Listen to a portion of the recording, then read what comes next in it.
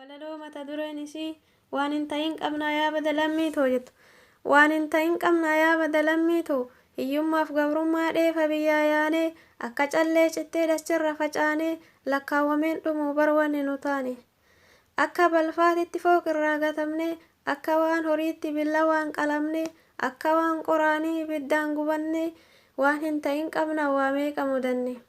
Biyyaa ba'uu keenna akkana nutti fide meeqatu nu keessaa du'aan kufee ciise kaayoof karoora isaa kararratti dhiise firaaf aalii isaa hunda gaddisiise. Meeqa biyyaa ba'ee akkan taane ta'e galma kaayoo arguuf waa meeqa danda'e rakkoo fi gidiraa hunda keessa ba'ee rabbiin laaffisee fi bakka yaade ga'e. Bakka hin jirre hin qabdu hundi lammii tiyyaa anuu haadha mo'uu wayyaa ilmaan ayyaa anuu humna hin qabu maal isiniif tayaa nurra haa jijjiiru rabbiin hin dandaya. Dhiiraa fi dubartiin biyyarraa baqanne osoo lubbuun jirru maqaa jijjiiranne kan dhiiraa hammaalaa dubartiin shagaalaa jedhamnee waamamne akka waan horiitti nambaan tuffatamne. Himamee hin dhumuu rakkoon keenna dhibbaa waliin haa tokkoomnu mee dhiifnee wal jibbaa rabbitti himanne rakkoo teenna maraa waliin haa tokkoomnu lammiitoo hadaraa tokkummaan nu baasa hubadhaa yaa jara. Jabaadhaa lammiitoo abdii hin kutannu gosaa fi gandaan wal hirree gargar hin facaanu jabaannee tokkoomnee waliin haa dhaabbannu. Haaluma jireenyaatii silaafuu qormaanni gabrummaa balleessuuf tokkummaa furmaanni nu sababaaf taanee qabsoofnaa kan nu bilisoomsu rahmaani. Waan goonu wallaallee akka hin gatan tarre rakkoo teenna maraa rabbitti sabbarre rabbiin haa kadhannu akka hin kasaarre.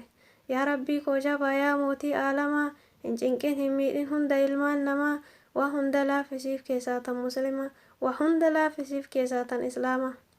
Arjaa maraa olii rabbii koo dureessa rakkoo teenna furii tan gubbaa fi keessaa lammiitoo badhaasii qabeenyaaf beekumsa lammiitoo badhaasii qabeenyaaf beekumsa. Qabeenyas kennii fi akka hin rakkanne tokkummaa nuuf kenni akka hin diigamne inshaa Allahan kufnu yoo sitti hirkanne inshaa Allahan kufnu yoo sitti hirkanne. Warra lubbuun darbe jaannata badhaasi warra jiruun kufee bakka kufee kaasi. Walaloo mata dureen isii waan hin ta'in qabnaa yaa badalammii jettu. Waan hin ta'in qabnaa yaa badalammii hiyyummaaf gabrummaa dheefa biyyaa yaanee akka callee cittee dachirra facaanee lakkaawwameen dhumuu barwanne nu taane. Akka balfaatitti fooqirraa gatamne akka waan horiitti billa waan qalamne akka waan qoraanii ibiddaan gubanne waan hin ta'in qabna waa meeqa mudanne. Biyyaa ba'uu keenna akkana nutti fide meeqatu nu keessaa du'aan kufee ciise kaayoof karoora isaa kararratti dhiise firaaf aalii isaa hunda gaddisiise. Meeqa biyyaa ba'ee akkan taane ta'e galma kaayoo arguuf waa meeqa danda'e rakkoo fi gidiraa hunda keessa ba'ee rabbiin laaffisee fi bakka yaade ga'e. Bakka hin jirre hin qabdu hundi lammii tiyyaa anuu haadha mo'uu wayyaa ilmaan ayyaa anuu humna hin qabu maal isiniif tayaa nurra haa jijjiiru rabbiin hin dandaya. Dhiiraa fi dubartiin biyyarraa baqanne osoo lubbuun jirru maqaa jijjiiranne kan dhiiraa hammaalaa dubartiin shagaalaa jedhamnee waamamne akka waan horiitti nambaan tuffatamne. Himamee hin dhumuu rakkoon keenna dhibbaa waliin haa tokkoomnu mee dhiifnee wal jibbaa rabbitti himanne rakkoo teenna maraa